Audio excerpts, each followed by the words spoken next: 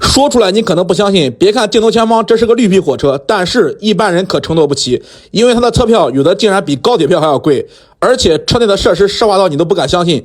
满车红地毯，独立小包间，宽大整洁的床铺也是非常之耀眼，大沙发、小茶几、衣柜、插排都备齐，独立的卫生间，独立的推拉门，灯一闭，门一关，一个字爽翻天。如果我不说，你还以为这是豪华大宾馆。这么牛逼的车，你敢带大家体验一下吗？那有啥不敢？而且我还买了一张最贵的高软。今天晚上咱们就要从北京站出发，体验这趟被车迷称之为哈尔滨铁路局第一王牌列车的直遥5次列车。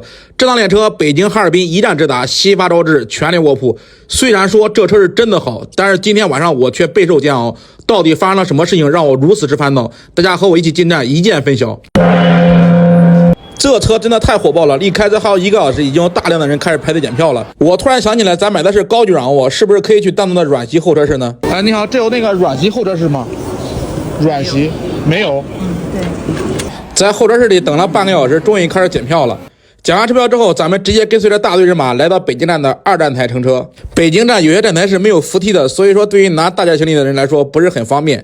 镜头前方这个火车就是咱们即将搭乘的直遥5次列车，别以为它是普通的绿皮车，它可是最高速度可以干到160公里每小时的 BSP 型直达列车。俗话说得好，火车跑得快全靠车头带。镜头前方这个内燃机就是牵引咱们这个列车的火车头，别看它是内燃机啊，最高时速可以干到170公里每小时。你有病！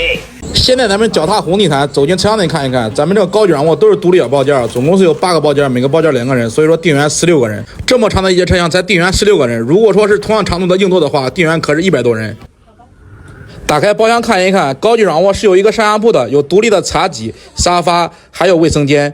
其实很多人对这种包间啊是褒贬不一的。如果说是情侣或者是一家人出行的话，这种包间是很舒服的。当然，如果说对于单独一个人出行的话，就类似于我这种，那就比较尴尬了。因为和你一起共享包间的可能是位美女，也可能是一位抠脚大汉，这种就像拆盲盒似的，随机的。我刚把包放下，就被一对小情侣给赶出来了，说这是他们的包间。后来我仔细一看，我的包间确实在隔壁。包间的大姐看到我之后，热情的招呼我：“你的包间在这呢，快过来呀！”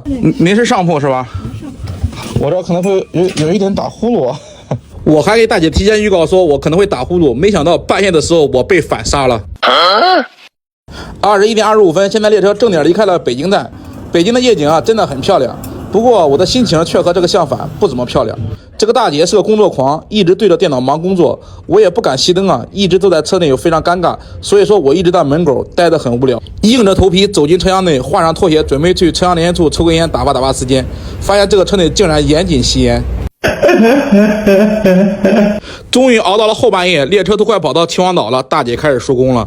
我想着说，终于可以关灯好好的睡一觉了。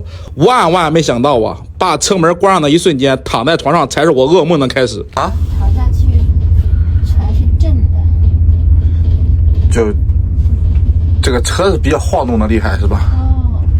大姐说这个车睡得非常晃，其实我想说，这个车已经是绿皮车里的天花板了。Later。这家伙睡着睡着把我给吓醒了，我还以为咋的了呢。后来问了一下，这个大姐从来没有坐过这种过夜卧铺，2趟列车交汇的时候呢，都把她吓一跳。我一想，这不完蛋了吗？京哈线晚上全是列车交汇的，那我今天晚上就不用睡觉了，打开车灯陪大姐聊天吧。这家伙一路从秦皇岛聊到了沈阳北，现在咱们的列车在沈阳北站技术停车换司机。我和大姐啊也从小学聊到了工作，过了沈阳北，我实在聊不动了，大姐还在嘟囔着呢，我这边呼呼睡了。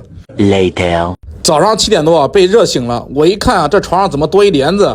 我估计是大姐昨天晚上应该是一晚上没睡。马上到达哈尔滨了，窗外的风景变得更加独特了。这一张高软体验的那叫一个支离破碎啊！现在列车到达了100年老站哈尔滨站，大姐和我友好的告别，我的内心啊是五味陈杂。接下来咱们在哈尔滨稍作休息，下一期更新从哈尔滨出发，挑战20个人的硬座，去中国最北车站漠河站。